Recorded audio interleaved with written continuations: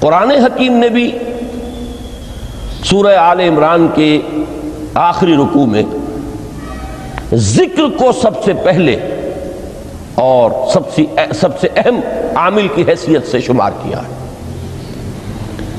چنانچہ اس کی پہلی آیت جو ہے سورہ آل عمران کے آخری رکوع کی، اس میں تو وہی مضمون جو میں بیان کر چکا وہ آیا ہے، ان فی خلق السماوات والارض واختلاف اللیل والنہار لآیات لأولی الالباب۔ یقیناً آسمان اور زمین کی تخلیق میں اور دن اور رات کے الٹ پھیر میں نشانیاں ہیں ہوش مندوں کے لیے۔ ان کے ذریعے سے انسانی شعور کے اندر وہ معرفت رب اجاگر ہوگی۔ وہ پہلا مرحلہ اس نے طے کر لیا، وہ ڈورمنٹ معرفت اب ایکٹیویٹ ہو گئی۔ اب مزید فکر کا مرحلہ ہے جو اگلی آیت میں آیا ہے، الذین یذکرون اللہ قیاما وقعودا وعلی جنوبہم ویتفکرون فی خلق السماوات والارض ربنا ما خلقت ھذا باطلا سبحانک فقنا عذاب النار۔ یعنی تفکر جو ہے ویتفکرون فی خلق السماوات والارض، وہ تفکر کرتے ہیں، غور و فکر کرتے ہیں آسمان اور زمین کی تخلیق میں، لیکن اس تفکر کے ساتھ لازماً ذکر اور ذکر مدام، ذکر بھی وہ کہ جو مستقل ہو، ہر حالت میں ہو۔ الذین یذکرون اللہ قیاما وقعودا وعلی جنوبہم، وہ لوگ کہ جو اللہ کو یاد رکھتے ہیں، اللہ کا ذکر کرتے ہیں، کھڑے ہوئے بھی، بیٹھے ہوئے بھی، اور اپنے پہلوؤں کے بل یعنی لیٹے ہوئے بھی۔ اب ان تین کے سوا تو کوئی پوزیشن انسان کی نہیں ہے، اسی کا نام ہے دوام ذکر۔ اور اس کے ساتھ اگر وہ تفکر کرتے ہیں تو ان کا فکر اگلی منزل تک پہنچتا ہے۔ تو پہلی شے تھی فکر انسانی کی صحیح رخ پر مزید پیش قدمی اور پیش رفت، اور اس کے لیے لازم ہے ذکر و فکر کا امتزاج۔ دوسری چیز کو لیجئے عمل کی درستی۔ اس عمل کی درستی کے لیے اللہ تعالیٰ کے ساتھ ایک گہرے تعلق کی ضرورت ہے، اس لیے کہ صبر کی بحث میں یہ مضامین شاید آپ کے سامنے آ گئے ہو کہ صبر، جہاں مصیبت پر صبر ہوتا ہے، تکلیف پر صبر ہوتا ہے، اللہ کے احکام پر جمنا یہ بھی صبر ہے، نفس کی خواہشات کی باغ کو تھام کر رکھنا، کھینچ کر رکھنا یہ بھی صبر ہے، اور استقامت کسی شے پر قائم رہنا یہ بھی صبر ہے۔ تو عمل صحیح پر استقامت کے لیے وَاصْبِرْ وَمَا صَبْرُكَ إِلَّا بِاللَّهِ، اس صبر کی سب سے اہم جو بنیاد ہے، اس کا جو سب سے بڑا ذریعہ ہے، اس کا جو سب سے بڑا سہارا ہے، وَمَا صَبْرُكَ إِلَّا بِاللَّهِ، اس کے لیے ضرورت ہے ایک گہرے تعلق کی کہ اللہ کے ساتھ ایک ایسا تعلق برقرار رہے جو نہ صرف گہرا ہو بلکہ دائم و قائم ہو، مسلسل۔ ذرا ذہول ہوگا تعلق مع اللہ میں، ذرا کمی آئے گی، شیطان کا وار کاری ہو جائے گا۔ اسی کو حضور نے حدیث میں یوں تعبیر کیا ہے تمثیلاً کہ جو دل اللہ کی یاد سے غافل ہے اس پر، فارسی کا وہ مقولہ بھی ہے کہ خانہ خالی را دیو می گیرت، گھر خالی رہے تو جنات اس پر دیو جو ہے آ کر قبضہ جما لیتے ہیں۔ تو خانہ قلب جو ہے اگر یاد خداوندی سے خالی ہو گیا تو شیطان ابلیس لعین اپنی تھوتنی ٹکا دیتا ہے۔ یہ لفظ آتا ہے سور کے منہ کے لیے تھوتنی، جس طرح اس کا نکلا ہوا سا منہ ہوتا ہے آگے، تو یہ لفظ استعمال کیا گیا کہ وہ اپنی تھوتنی انسان کے دل پر جما کر اور پھونکے مارنی شروع کر دیتا ہے۔ تو شیطان کو موقع ہی تب ملتا ہے جب انسان کے تعلق مع اللہ کے اندر کمی ہو، وہ خانہ بالکل خالی ہو گیا ہو یا اتنا ضعیف ہو گیا ہو کہ کل عدم ہو جائے، گویا کہ نہیں۔ تیسری چیز کی طرف آئیے روحانی ترقی، روحانی ترقی کے لیے میں ایک اصطلاح کے سامنے لا رہا ہوں، اس سے مراد کیا ہے؟ روحانی ترقی کے لیے ہماری دینی اصطلاح ہے تقرب الی اللہ، اللہ سے قریب تر ہوتے چلے جانا۔ اس پر میرا ایک کتابچہ بھی ہے، تقرب الی اللہ کے 2 مدارج، 2 درجے، جو در حقیقت ایک حدیث نبوی علیہ الصلوۃ والسلام ہی پر مبنی ہے کہ حضور نے ایک درجہ قرار دیا ہے تقرب بالفرائض، فرائض کے ذریعے سے انسان اللہ کا قرب حاصل کرے۔ ایک ہے تقرب بالنوافل، نوافل کے ذریعے سے اللہ کا قرب حاصل کرے۔ ان میں کیا نسبت و تناسب ہے، اہمیت کے اعتبار سے کون بڑھ کر ہے، بلندی کے اعتبار سے کون بڑھ کر ہے، یہ تمام مسائل میں نے اپنی اس تقریر میں بیان کیے تھے جو اس کتابچے میں شائع ہوئی ہے۔ اس وقت میں اس کی تفصیل میں نہیں جا رہا، صرف یہ تذکرہ اس لیے کر رہا ہوں کہ جن کو بھی خواہش ہو جائے وہ اس کا مطالعہ کرے۔ ہماری اس وقت کی گفتگو سے وہ کتابچہ اس جگہ پر منسلک ہوگا۔ تو تقرب الی اللہ، یہ تقرب کوئی فزیکل فینومینن نہیں ہے، جسمانی یا مادی مسئلہ نہیں ہے۔ اللہ سے قرب یہ نہیں ہے کہ کوئی کروڑوں میل کا فاصلہ ہے، اب ہمیں کوئی رسی پر چڑھنا ہے اوپر بڑی محنت اور مشقت سے۔ فصل تو ہے ہی نہیں، فاصلہ ہے ہی نہیں، بعد ہے ہی نہیں۔ نحن اقرب الیہ من حبل الورید، ہم تو انسان سے اس کی شہرگ سے بھی زیادہ قریب ہیں۔ ہوا معکم اینما کنتم، وہ تو تمہارے ساتھ ہی ہوتا ہے جہاں کہیں بھی تم ہو، بس صرف یہ کہ تمہاری توجہ نہیں ہوتی، تم اور چیزوں میں مشغول و مصروف رہتے ہو، تم ہماری طرف دھیان ہی نہیں دیتے، تم ہماری طرف متوجہ ہی نہیں ہوتے۔ ہم تو مائل بے کرم ہیں، کوئی سائل ہی نہیں، راہ دکھلائیں کسے رہنو منزل ہی نہیں۔ انسان جب متوجہ ہو جاتا ہے اور بڑھتا ہے، آگے پیش قدمی کرتا ہے روحانی اعتبار سے، تو یہ ہے در حقیقت تقرب الی اللہ، اور اسی کو ہم کہیں گے روحانی ترقی۔ اب ان 3 چیزوں کو اگر آپ نے ذہن میں جما لیا، پھر میری بات کی ترتیب اس کو ذہن میں قائم کیجئے۔ ہم چلے کہاں سے؟ کہ دین کے ساتھ اصل مناسبت فلسفے کی نہیں، حکمت کی۔ نمبر 2، حکمت قرآنی کا پہلا اور اہم ترین اور بنیادی مسئلہ معرفت رب کا حصول ہے۔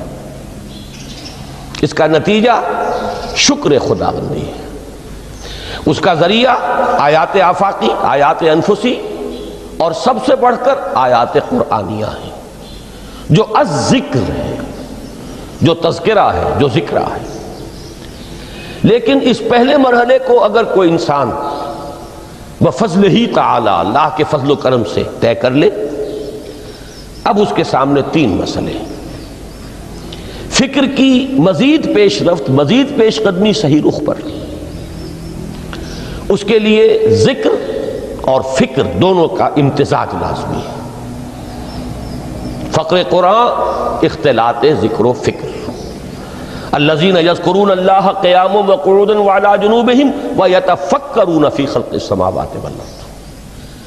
دوسری شے عمل کا درست رہنا، نہ افراط و تفریط ہو، عدم توازن ہو، نہ انسان نفس سے مغلوب ہو جائے، نہ انسان جذبات کی رو میں اندھا ہو جائے، نہ انسان ماحول سے مرعوب ہو کر متاثر ہو جائے، صحیح رخ پر اس کا عمل۔ نمبر 3، روحانی ترقی، جو اصل حاصل ہے، جو اصل مقصود ہے۔ نمبر 2 چیز کے لیے تعلق مع اللہ ضروری، نمبر 3 کے لیے تقرب الی اللہ ضروری۔ اب غور کیجئے، ان تینوں چیزوں کا بڑا گہرا تعلق ہے نماز کے ساتھ۔ ان تینوں کے لیے ستون کی حیثیت نماز کو ہے۔ لہذا ایمان کے بعد یا معرفت رب کے بعد حکمت دین کا اہم ترین مسئلہ نماز، صلاۃ۔ اس لیے کہ ایک طرف یہ انسان کو اللہ کے ساتھ ایک گہرے تعلق کا ذریعہ فراہم کرتی ہے، اپنے تمام مصروفیات میں سے ان مشغولیتوں میں جن میں گم ہونے کا خدشہ ہوتا ہے، نکلو۔ 24 گھنٹے کے معمولات میں سے کم 5 مرتبہ تو لازماً نکلو، اور اپنے آپ کو ذرا، اپنے حواس کو بھی، اپنی باطنی کیفیات کو بھی ذرا تازہ کرو۔ اگر کوئی گندگی، نجاست، کسی طرح کی ناپاکی کا کوئی معاملہ ہے، طہارت حاصل کرو۔ طہارت سے تمہارے اندر روح کو بھی بالیدگی ہوگی، تمہارے حواس بھی تازہ ہوں گے، تم گویا کہ بحیثیت کل تمہاری ہستی چاق و چوبند ہو جائے گی۔ وہ کسل، وہ سستیاں، وہ جو ایک کثافتیں ہوتی ہیں، ان سب سے نجات حاصل کرو، اور اب اپنے رب کے حضور میں کھڑے ہو جاؤ، اس کے ساتھ اپنا عہد بھی تازہ کرو، اس کی اہم صفات کو بھی اپنے ذہن میں پھر مستحضر کرو۔ یہی وجہ ہے، دیکھیے میں نے جو آیات آپ کو شروع میں سنائی تھی، سورہ لقمان کی 2 آیتیں، پہلی آیت میں اس کا ترجمہ کر چکا، دوسری آیت وَلَقَدْ وَإِذْ قَالَ لُقْمَانُ لِابْنِهِ وَهُوَ يَعِظُهُ يَا بُنَيَّ لَا تُشْرِكْ بِاللَّهِ إِنَّ الشِّرْكَ لَظُلْمٌ عَظِيمٌ۔ اس کے بعد درمیان میں کچھ مضمون آ کر پھر وہ آیہ مبارکہ آئی، یا بنی اقم الصلاۃ وامر بالمعروف وانہ عن المنکر واصبر علی ما اصابک۔ گویا کہ اہم ترین چیز، بنیادی ترین چیز، اللہ کو محض پہچان لینا کافی نہیں ہے، یاد رکھنا ضروری ہے۔ اللہ یاد رہے گا تو فکر صحیح آگے بڑھے گا، اللہ یاد رہے گا اور اس کے ساتھ ایک گہرا تعلق جو ہے برقرار رہے گا تو عمل درست رہے گا۔ بالکل یہی بات سورہ طٰہٰ میں جو پہلی وحی حضرت موسیٰ علیہ السلام پر ہوئی، اور پہلا مخاطبہ ہے، چونکہ حضرت موسیٰ کو یہ انبیاء کرام کے مقدس گروہ میں ایک امتیازی حیثیت حاصل ہے کہ ان سے براہ راست گفتگو ہوئی ہے، اگرچہ صرف ایک پردہ تھا، اوٹ من ورائے حجاب گفتگو ہوئی ہے، لیکن یہ کہ کوئی فرشتے کا درمیانی جو ہے وہ لنک نہیں تھا، براہ راست اللہ تعالیٰ نے حضرت موسیٰ علیہ السلام سے کلام فرمایا۔ کلم اللہ موسیٰ تکلیما، موسیٰ سے تو اللہ نے کلام فرمایا جیسے کہ کلام کیا جاتا ہے۔ تو پہلا مخاطبہ ہے، یہ پہلا مکالمہ ہے، پہلی وحی کہیے، اسی میں یہ الفاظ بھی موجود ہیں، اننی انا اللہ لا الہ الا انا فاعبدنی واقم الصلاۃ لذکری۔ یہ گویا کہ حکمت قرآنی کا ایک بہت بڑا خزانہ ہے یہ آیت مبارکہ، کہ خود حضرت موسیٰ علیہ السلام کو جو ہدایت دی جا رہی ہے، میں ہوں، میں اللہ، اننی انا اللہ لا الہ الا انا، میرے سوا کوئی معبود نہیں، فاعبدنی، بس میری بندگی، میری عبادت، میری پرستش، میری محبت، اس کو اختیار کرو۔ وَأَقِمِ الصَّلَاةَ لِذِكْرِي، اور نماز کو قائم رکھو میری یاد کے لیے۔ بلکہ اسی سلسلہ کلام میں آگے چل کر سورہ طٰہٰ میں آتا ہے، کافی گفت و شنید کے بعد جب حضرت موسیٰ نے کچھ معذرت بھی کی، کچھ دعائیں بھی کی، اللہ نے ایک دعا قبول بھی کی کہ ان کے بھائی کو بھی شریک کر دیا، حضرت ہارون کو بھی۔ اس کے بعد پھر جب فرمایا کہ اب جاؤ فرعون کی طرف، تو اس میں فرمایا وَلَا تَنِيَا فِي ذِكْرِي، اور دیکھنا یہ جو عظیم مشن تمہارے کندھے پر آ گیا ہے، بڑا بھاری اور کٹھن ایک فرض ہے جو تم پر عائد ہو گیا ہے، اس کے لیے سب سے بڑی تمہارے پاس جو قوت کا ذریعہ ہے وہ نماز ہے۔ اقیم فلا تنیا عن ذکری، میری یاد میں کبھی غفلت نہ کرنا، اس میں کبھی کوئی کمی نہ آنے دینا۔ جیسا کہ میں نے عرض کیا تھا کہ جیسے ہی وہ تعلق جو ہے کمزور پڑتا ہے یا منقطع ہو جائے معاذ اللہ، تو پھر انسان گویا کہ شیطان کے لیے ایک لقمہ تر بن جاتا ہے۔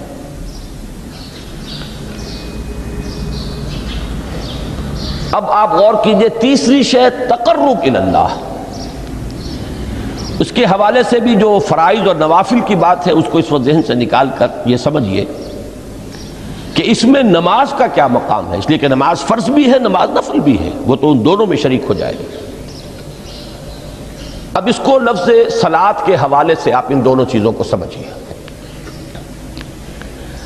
صاد لام واو یا یہ چونکہ حروف علت ایک دوسرے سے بدلتے رہتے ہیں، یہ جو مادہ ہے اس کی جو خالص لغوی اصل ہے، جو خالص عربی زبان میں اس کا بنیادی مفہوم ہے، وہ آگ جلانا یا آگ تاپنا یا آگ سینکنا، حرارت حاصل کرنا۔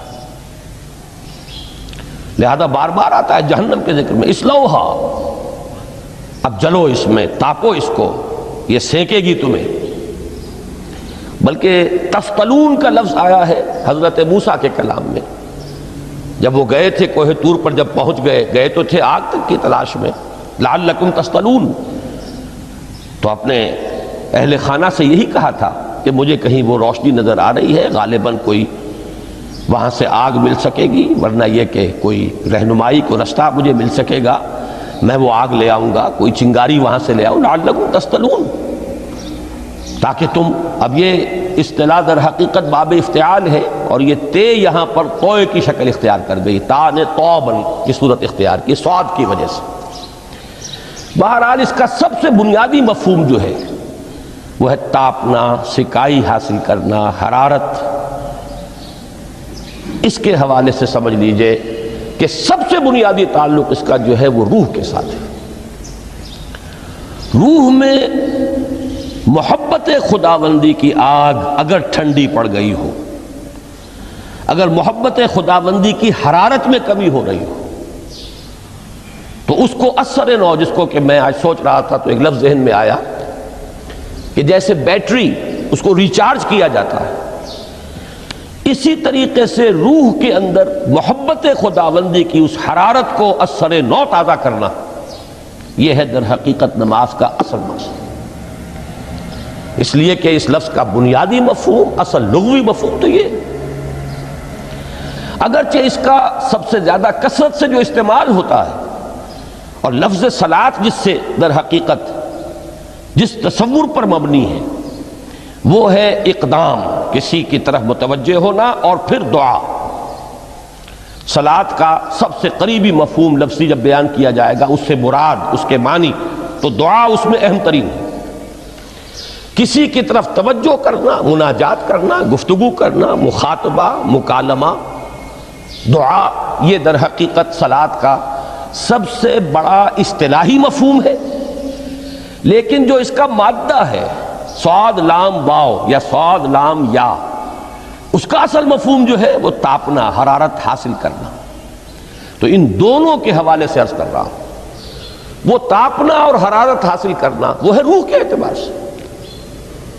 وہ جو کہا اقبال نے کہ بجھی عشق کی آگ اندھیر ہے، مسلمان نہیں راہ کا ڈھیر۔ یہ عشق کی آگ جب بجھ جاتی ہے، در حقیقت یہی تو انسان کی روحانی موت ہے۔ جب یہ نہ رہے تو چاہے منطق میں بہت انسان ماہر ہو، مجھے اقبال کا ایک شعر یاد آیا، تقابل کرتے ہوئے ایک انسان محکوم اور ایک انسان حر، آزاد انسان، ان کی نفسیات میں جو بنیادی فرق علامہ اقبال نے مختلف مواقع پر بیان کیے ہیں۔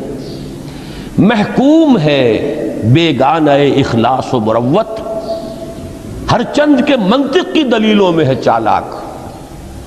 تو منطق کی دلیلوں میں انسان چالاک ہو جائے اور وہ لغت ہائے حجازی کا وہ ایک خزانہ بن جائے، اسے تمام الفاظ کے معنی یاد ہو، وہ بڑے مسائل فقہ کے اسے ازبر ہو، جزیات، بے انتہا جزیات جو ہیں وہ مستحضر ہو، فلسفے کے بڑے بڑے مسئلے اس نے حل کر لیے ہوں، لیکن اگر روح میں وہ اللہ کی محبت کی آگ نہیں ہے، وہ تپش نہیں، بجھی عشق کی آگ اندھیر ہے، مسلمان نہیں راہ کا ڈھیر۔ اسی کے حوالے سے آج مجھے یاد آیا تھا کہ وہ جو بڑی سادہ سی ایک نظم ہے، اللہ تعالیٰ سے دعا یا رب دل مسلم کو وہ زندہ تمنا دے، اس میں بھی جو الفاظ آئے ہیں جو روح کو گرما دے اور قلب کو تڑپا دے، یہ ہے اصل جو مقصود ہے نماز کا۔ اور یہی وہ چیز ہے جیسا کہ میں نے عرض کیا تھا کہ نگاہوں سے اوجھل، یہ پہلو سامنے ہے ہی نہیں، دوسرا پہلو سامنے ہے اور وہ بھی میرے نزدیک بہت اہم ہے، بہت بنیادی ہے، اس میں کوئی شک نہیں، لیکن یہ ہے بلند ترین منزل کہ تقرب الی اللہ، اس کے لیے در حقیقت یہ کس لیے درکار ہے؟ روح کے اندر عشق کی حرارت اور گرمی تازہ ہو جائے۔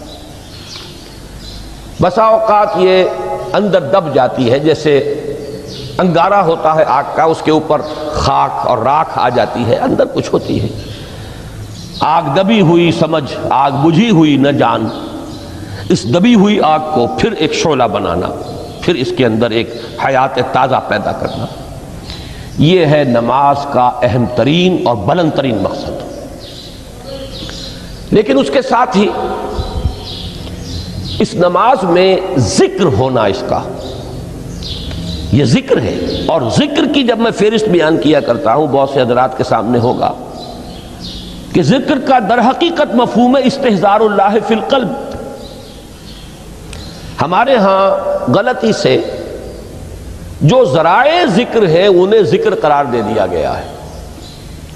نماز ذکر نہیں ہے، نماز ذکر کا ذریعہ ہے۔ اقیم الصلاۃ لذکری، نماز قائم کرو میرے ذکر کے لیے۔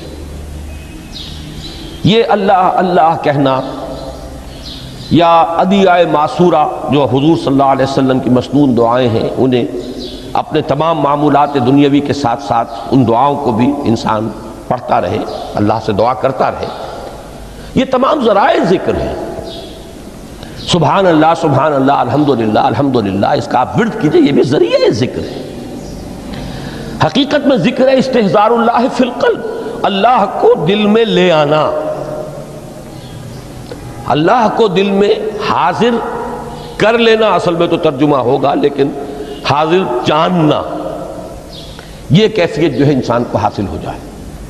اب اس کے حوالے سے ذرا بات سمجھیے کہ ایک تو میں عرض کر چکا ہوں مجسم ذکر تو قرآن ہے، لہذا ذکر کی فہرست جب آپ کریں گے ذرائع ذکر تو ان میں سب سے پہلے قرآن آئے گا، اس لیے کہ وہ ہماری حکمت کے پہلے مسئلے کو حل کر رہا ہے، بنیادی مسئلہ، اہم ترین مسئلہ۔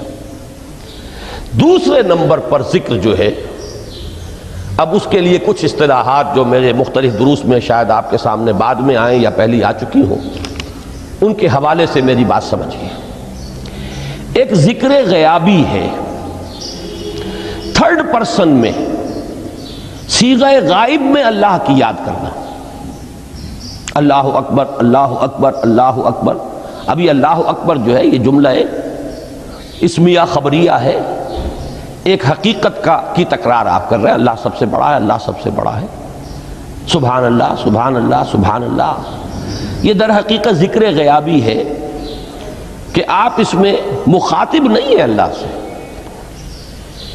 ایک ذکر خطابی کہیں یا ذکر حضوری کہیں، جس میں مکالمہ ہوتا ہے، جس میں گفتگو ہوتی ہے۔ تو نماز در حقیقت ذکر حضوری اور ذکر خطابی کی بلند ترین شکل ہے۔ اس لیے میں نے عرض کیا تھا کہ نماز کے لفظ یا صلاۃ کے لفظ، یہ اصطلاحی معنی جو اکثر و بیشتر کیے جاتے ہیں وہ ہے دعا، اور دعا میں ہوتا کیا ہے؟ مکالمہ ہے، مخاطب، اے اللہ، اے میرے رب، اے پروردگار۔ پھر یہ کہ اس میں اقدام اور کسی کی طرف متوجہ ہونا، یہی وجہ ہے کہ افتتاح صلاۃ، نماز کو شروع کرنے کے لیے ایک تو وہ الفاظ جو قرآن مجید میں آئے ہیں، انی وجہت وجہی للذی فطر السماوات والارض حنیفا وما انا من المشرکین، یہ ہے توجہ کا ارتکاز، بشرطے کہ یہ صرف الفاظ ہی نہ نکل رہے ہوں، واقعتاً یہ تعبیر ہو اس وقت کی انسان کی نفسیاتی کیفیت کی، کہ شعوری طور پر وہ فیصلہ کرتا ہے کہ اب میں منقطع ہو رہا ہوں، ہر چہار طرف سے اپنی توجہ کو ہٹا کر، ہر مسئلے سے اپنے آپ کو خالی و ذہن کر کے یعنی ظاہری اور باطنی دونوں اعتبار سے میں اپنی توجہ کا ارتکاز کر رہا ہوں اس ذات کی طرف جس نے آسمانوں اور زمین کو پیدا کیا، اور بالکل یکسو ہو کر رہا ہوں۔ انی وجہت وجہی للذی فطر السماوات والارض حنیفا وما انا من المشرکین۔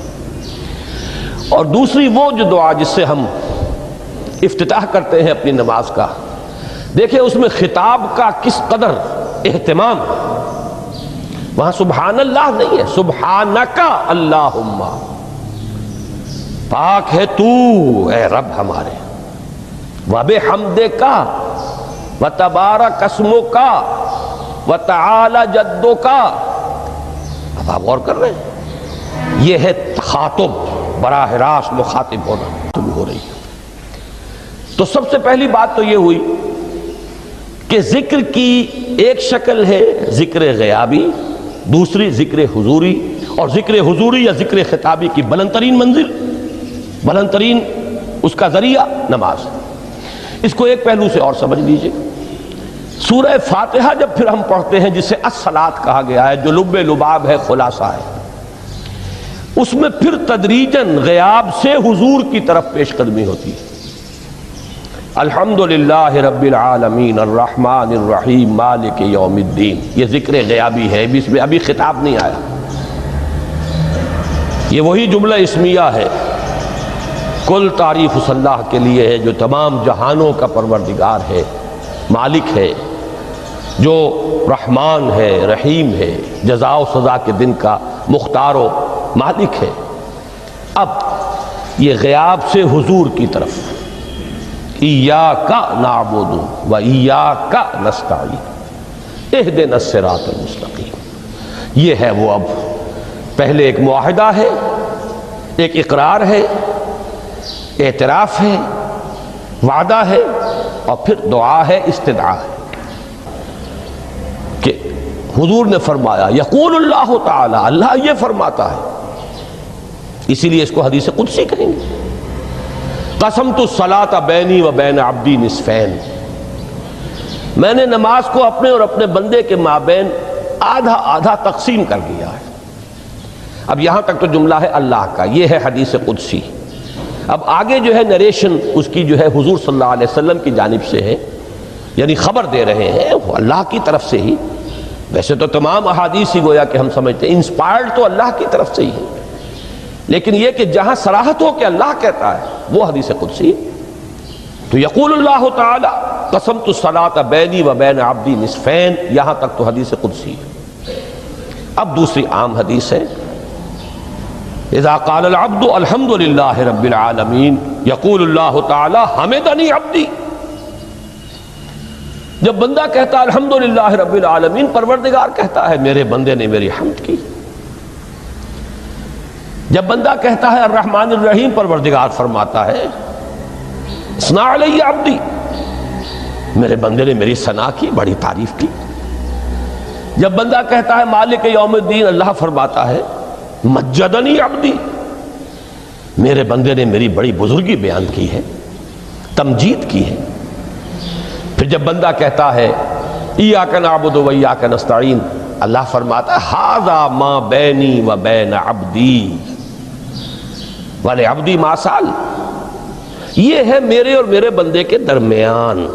یہ تو معاہدہ ہے نا، معاہدے میں تو دو فریق جکڑے جاتے ہیں، بند جاتے ہیں، یہ میرے اور میرے بندے کے درمیان ہے، اور میرے بندے نے جو طلب کیا میں نے دیا، اس لیے کہ اس میں طلب بھی تو ہے، ایاک نستعین، تیری مدد چاہتے ہیں، یہ طلب ہے۔ اسی کی شرح ہے جو اب آخری تین آیتیں ہیں، پروردگار ہم تیری مدد چاہتے ہیں، پروردگار ہم تیری ہی بندگی کرتے ہیں اور کریں گے، اور تیری ہی مدد چاہتے ہیں، چاہیں گے۔ اگر حال میں اس کا ترجمہ کریں گے زمانہ حال کے اعتبار سے، اس لیے کہ فعل مضارع میں تو دونوں موجود ہیں، شامل ہیں، تو یہ ایک اعتراف ہے، اظہار حال ہے۔ اللہ کرے کہ وہ واقعتاً صحیح اظہار حال ہو، ہم واقعی اللہ کی بندگی کرتے ہوئے یہ کہیں کہ ایاک نعبد، ورنہ اگر ہماری اصل صورتحال سے وہ مطابقت نہ رکھتا ہو تو پھر تو ایک طرح کا جھوٹ ہو جائے گا، غلط بیانی ہو جائے گی۔ ایاک نعبد، تیری ہی بندگی کرتے ہیں، اور مستقبل میں کیجئے، کریں گے، یہ ہے عہد، تیری ہی مدد چاہتے ہیں، تجھی سے مدد طلب کرتے ہیں، تجھی سے مدد چاہتے رہیں گے۔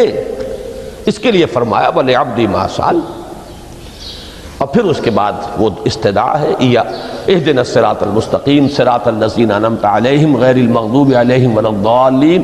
اس حدیث میں اس کو ایک ہی جملے کو لیا گیا ہے، ایک ہی جملے کی حیثیت سے۔ جب بندہ یہ کہتا ہے تو اللہ فرماتا ہے ھذا لعبدی ولعبدی ما سأل، یہ خالص میرے بندے کے لیے ہے، اس بندے نے ایک درخواست پیش کی ہے اور میں نے گرانٹ کی، وہ اپلیکیشن، وہ ریکویسٹ گرانٹڈ، ہم نے دے دی، ولعبدی ما سأل۔ یہ ہے اس کی تاثیر کا عالم، بشرطے کے معاملہ وہ شعور کے ساتھ، بشرطے کے مطابقت ہو ظاہر اور باطن کی، بشرطے کے مطابقت ہو قول اور فعل کی، تو اس کا اتنا اونچا مقام ہے کہ ایک ایک جملہ ادھر ادا ہوا، ادھر اللہ کی طرف سے ریسپانس مل رہی ہے۔ افلاک سے آتا ہے نالوں کا جواب آخر، اٹھتے ہیں حجاب آخر، کرتے ہیں خطاب آخر،